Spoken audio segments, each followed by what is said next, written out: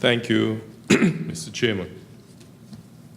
Prime Minister, the Honorable Dr. Denzel Douglas, the Premier of Nevis, Mr. Vance Amory, Ministers of Government, Speaker of the House, the Diplomatic Corps, Financial Secretary, Ms. Hazel, President of the Chamber, Mr. Lake, members of the Diplomatic Corps, members of the St. Kitts-Nevis Public Service, distinguished ladies and gentlemen. My speech will be brief, philosophical, regional, realistic, and practical.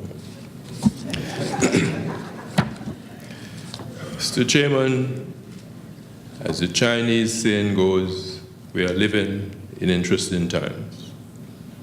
The times are more challenging and interesting because we live in an increasingly globalized world which is highly interdependent. The events which have unfolded in the United States, which have been by no means have concluded, I refer to the incidents in the Congress, in the government of the United States, will have an impact on the rest of the world and, of course, on our small, open, and vulnerable economies. We are in the position where we must clearly identify the circumstances that we have no control over and those over which we do have some control in order to survive in an increasingly uncertain and challenging international environment.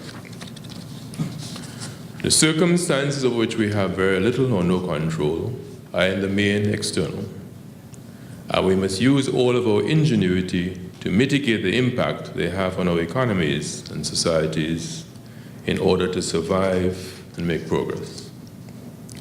This means addressing our domestic and regional issues in a way that allows us to successfully navigate the perilous environment in which we live.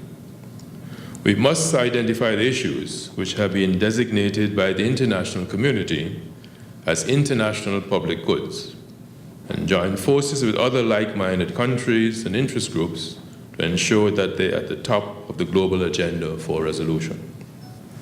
A number of these issues can be easily identified, namely poverty, health, education, gender, finance, and of course, the environment. This consultation addresses the environment and signifies and acknowledges the importance that we in the Caribbean have addressed to this issue, attached to this issue. In doing this, we are addressing one of the major characteristics and challenges that our countries face, that of vulnerability.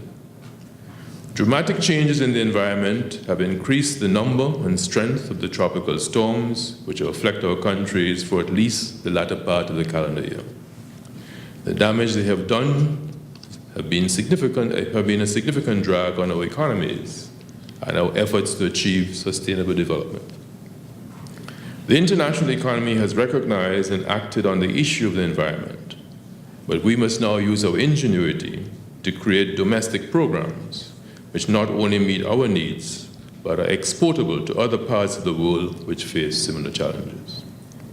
This can be regarded as innovation, that is, turning necessity and challenges into a virtue and making our achievements a template, so to speak, for adding value to the international community. The interpretation of this is that we should not think small, even though we live in small countries. Neither must we think defensively, that is simply about protection and mitigation. We must go beyond that to achieve sustainable development in an aggressive way.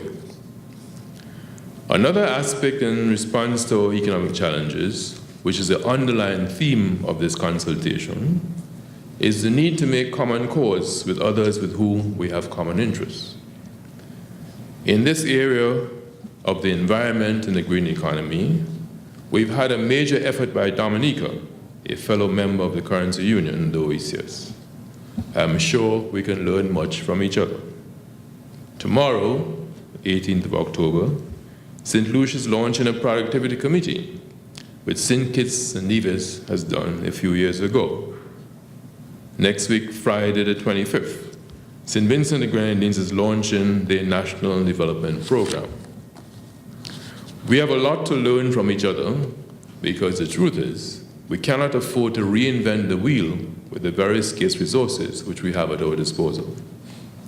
The good news is that we cannot be accused of not trying our best to resolve these challenges. Indeed, the efforts of our small countries have been many times out of proportion to our capabilities. The approaches which we utilize in order to ensure success must, however, be more strategic and collective. The need for exchange of information, coordination, and collective action among our countries is vital to our success. I would like to mention two areas in which our collective action is paving the way for successfully resolving our challenges. One, in stabilizing, consolidating, and developing the financial sector in the currency union, collective action has been our main asset and strength.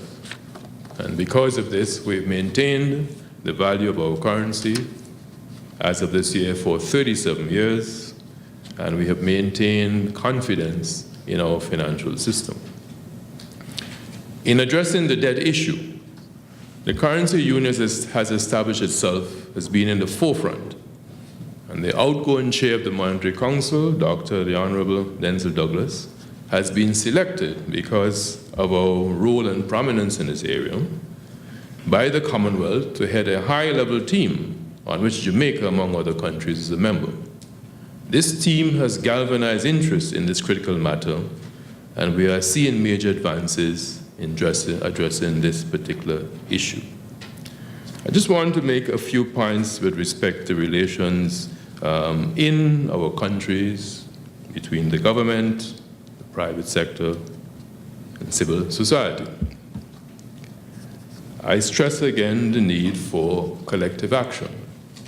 But the way our economies are structured, we've ended up with what I describe as overstretched governments, underperforming private sectors, and dependent civil society.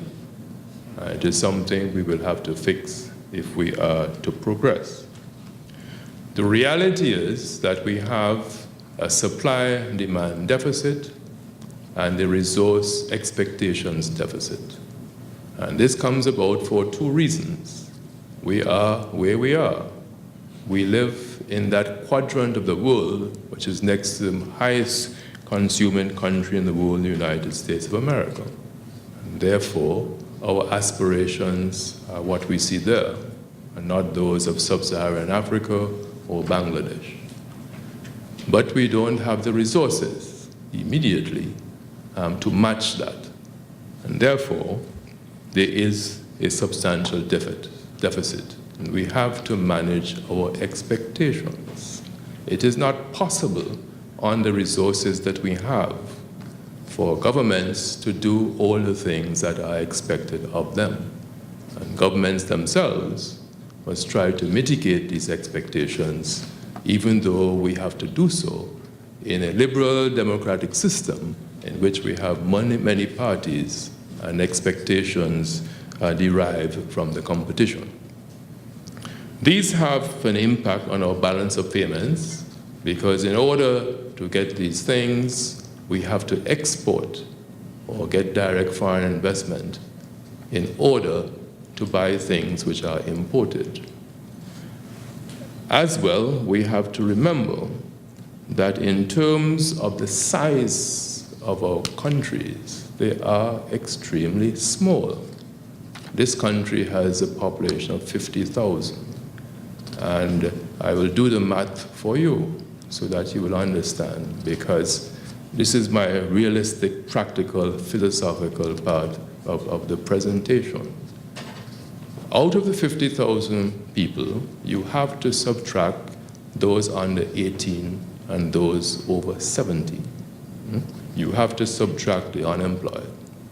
You have to look at the educational profile, which is that at the top you have a lot of qualified people, but the base is where the education and the technical skills in the majority.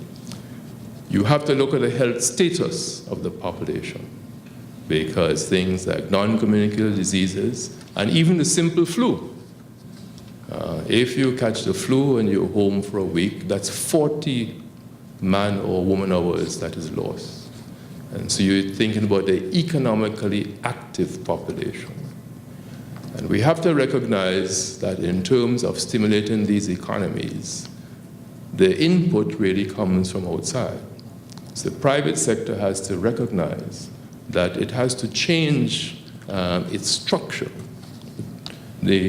And we have to be encouraged to do so. Because when we examine the private sector in the OECS, it is, according to a census in St. Lucia, which I think is replicably, it's 2/3 informal and 1/3 formal. The 1/3 constitutes mainly those who do wholesale, retail, real estate, and construction.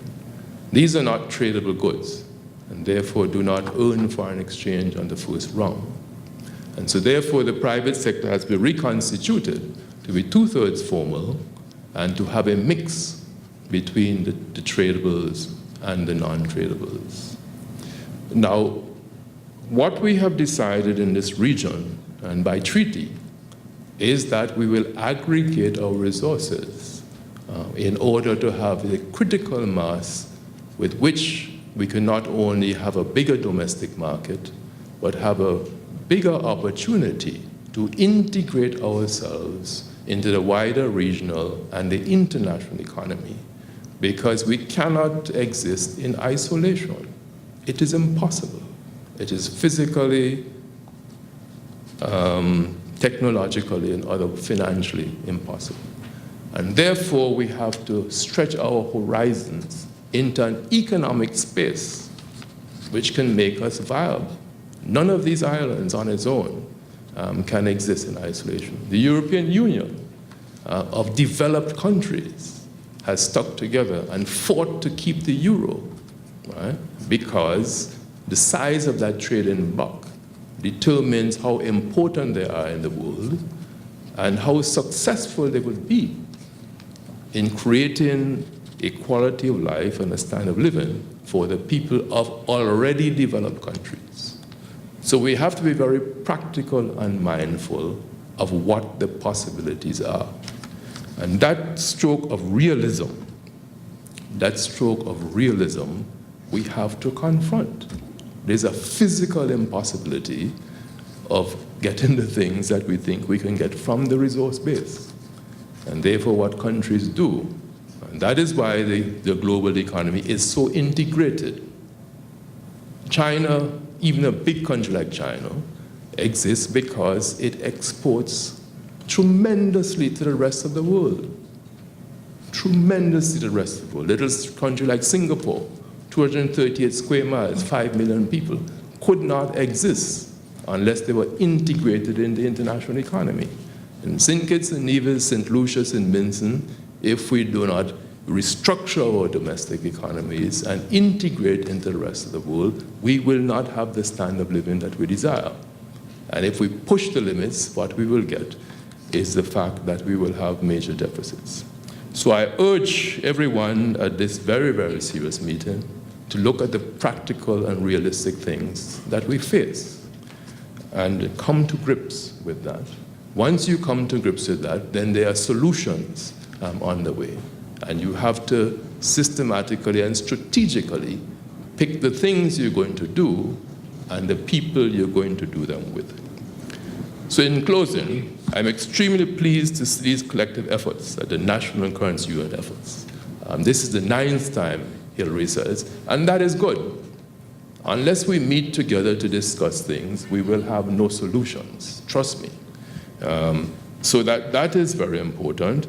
And these collective efforts will bear fruit if we're open and frank and constructive, and set goals which are measurable.